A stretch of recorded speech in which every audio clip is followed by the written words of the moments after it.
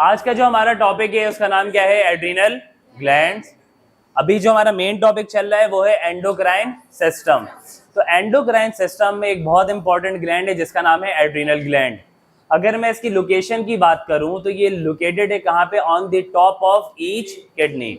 दोनों kidney, right kidney और left kidney के दोनों के ऊपर अपर पोल में दो ग्लैंड मौजूद है। राइट किडनी पे राइट एड्रिनल ग्लैंड और लेफ्ट किडनी में लेफ्ट एड्रिनल ग्लैंड। इस एड्रिनल ग्लैंड का दूसरा नाम होता है सुप्रारीनल ग्लैंड, क्योंकि ये ग्लैंड किडनी के अपर पोल पर मौजूद है, इसीलिए इसे हम क्या कहते हैं? सुप्रारीनल। रीनल यानी किडनी, सुप्रा यानी ऊपर, सुप्रारीनल ग्लैंड यानी ऐसा ग्लैंड जो किडनी के ऊपर मौजूद है। अगर मैं बात करूं इसकी स्ट्रक्चर की तो इसके दो डिस्टिंक्ट पार्ट्स होते हैं, दो बिल्कुल सेपरेट स्ट्रक्चर है। एक इनर पोर्शन है जिसे हम क्या कहते हैं? एड्रिनल मेडुला, और एक हमारे पास आउटर पोर्शन होता है जिसे हम क्या कहते हैं? एड्रिनल कॉर्टेक्स कहते हैं। जब हम इसका कट सेक्शन बनाएंगे तो हमें नजर आएगा कि एक इसका इनर पोर्शन है जिसका नाम होगा एड्रिनल मेडुला और एक आउटर पोर्शन है जिसका नाम होगा एड्रिनल कॉर्टेक्स, जो हमें नेकेड आई से क्लियर नजर आएगा कि दोनों चीजें डिफरेंट है। अब लिखा हुआ जो इनर पोर्शन है यानी एड्रिनल मेडुला, वो क्या कहलाता है हमारे पास? फाइट और फ्लाइट ग्लैंड। इसे हम फाइट और फ्लाइट ग्लैंड कहते हैं क्योंकि ये जो हार्मोन प्रोड्यूस करता है उस हार्मोन का नाम क्या है? Epinephrine and norepinephrine. एपिनेफ्रिन का दूसरा नाम क्या है? एड्रिनलिन, और दूसरे का नाम नॉरएपिनेफ्रिन का दूसरा नाम क्या है? नॉरएड्रिनलिन। ये दो बहुत इंपॉर्टेंट हार्मोन है जो हमारे पास कौन रिलीज करता है? Adrenal medulla. स्टिमुलस क्या है यानी एक्टिवेट कैसे होता है? Activated by the sympathetic nervous system in response to stress.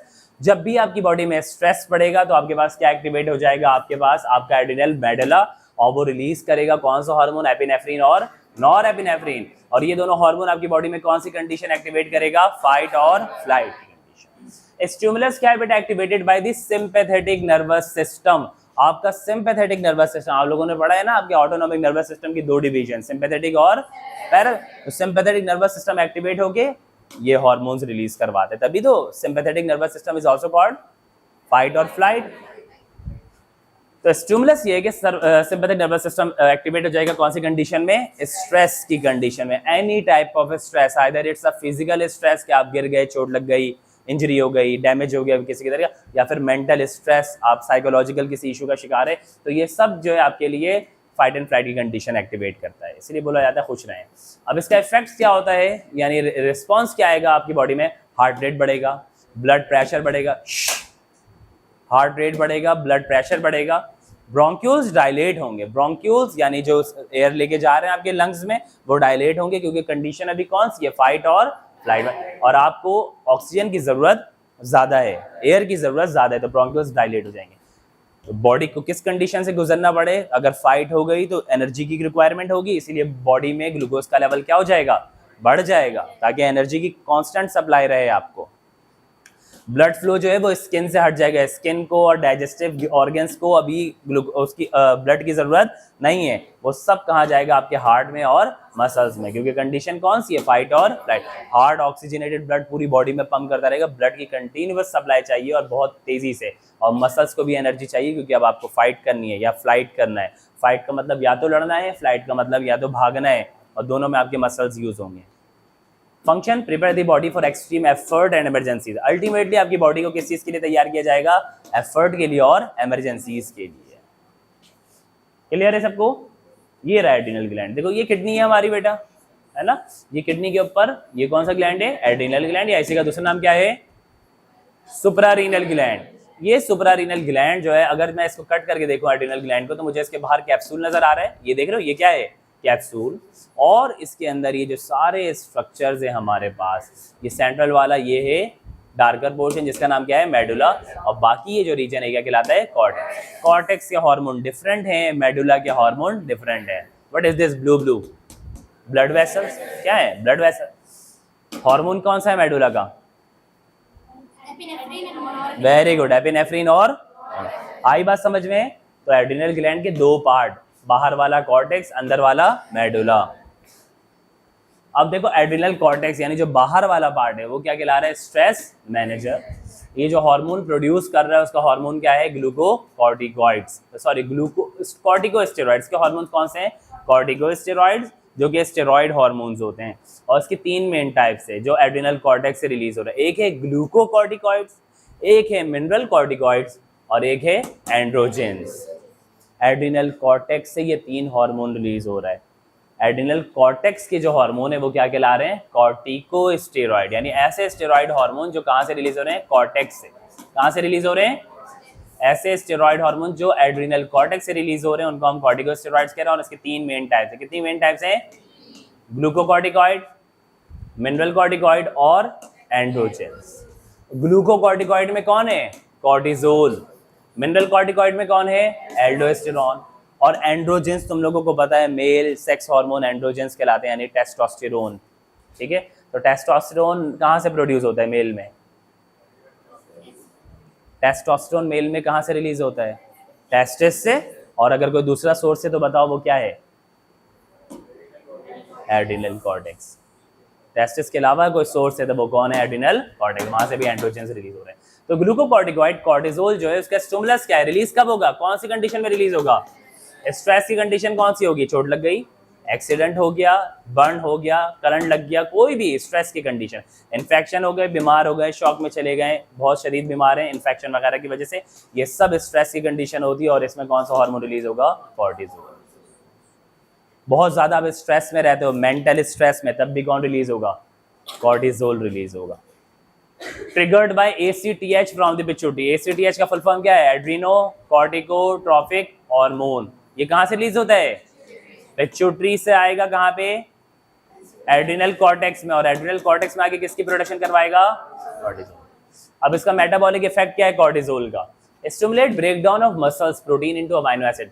Muscles की ब्रेकडाउन करवाता है। क्या बनाता है उससे? Amino acid. ग्लूकोनियोजेनेसिस करवाता है लिवर में, ग्लूकोज बनाता है किससे? Amino acid.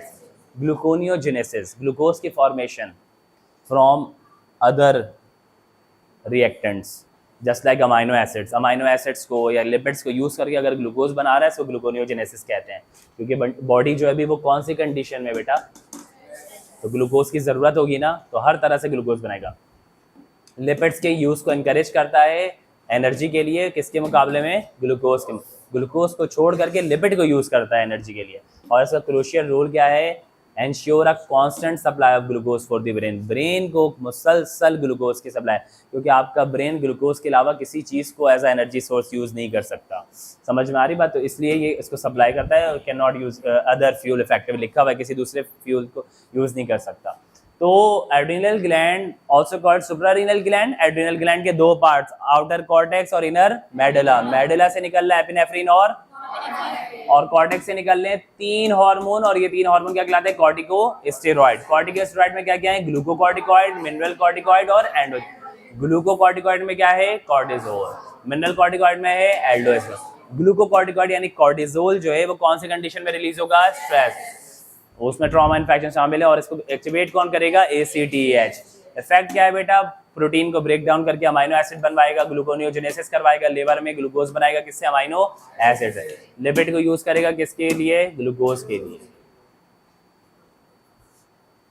ये चीजें समझ में तो आ जाती हैं पर याद नहीं रहती हैं। अब इसको याद रखने का तरीका क्या है? कैसे याद रहेगा? आपको पढ़ना पड़ेगा।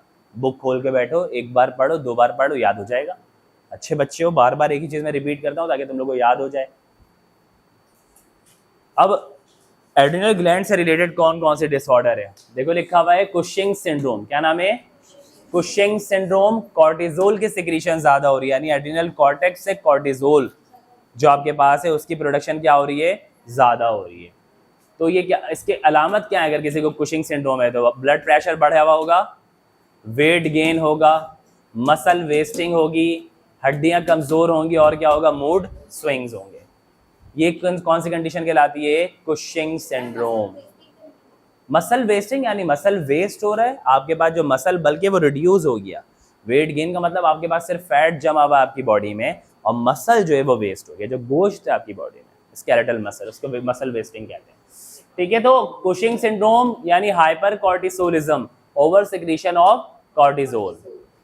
तो कॉर्टिजोल इज ग्लूकोकॉर्टिकॉइड और मिनरल कॉर्टिकॉइड, अभी पढ़ा ना हमने ग्लूकोकॉर्टिकॉइड। ठीक है, तो इसकी अलामत क्या है? कुशिंग सिंड्रोम में ब्लड प्रेशर बढ़ा हुआ होगा, वेट गेन होगा, मसल वेस्टिंग होगी, बोन्स वीक होंगे और क्या होगा बेटा? Mood swing.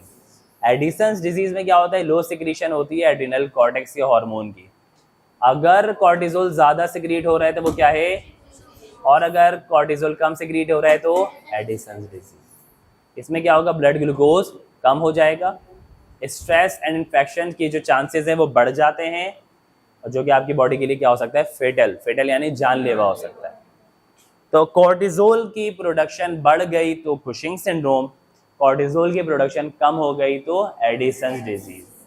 तुम लोग के लेवल के लिए ये याद रखना बहुत ज़रूरी है। इसके अलावा तुम सिम्टम्स मत याद रखो, कोई फ़र्क नहीं पड़ता, लेकिन तुम्हें पता होना चाहिए ये क्या है।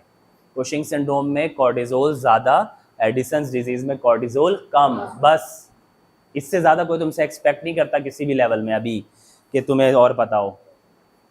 क्लियर है सबको?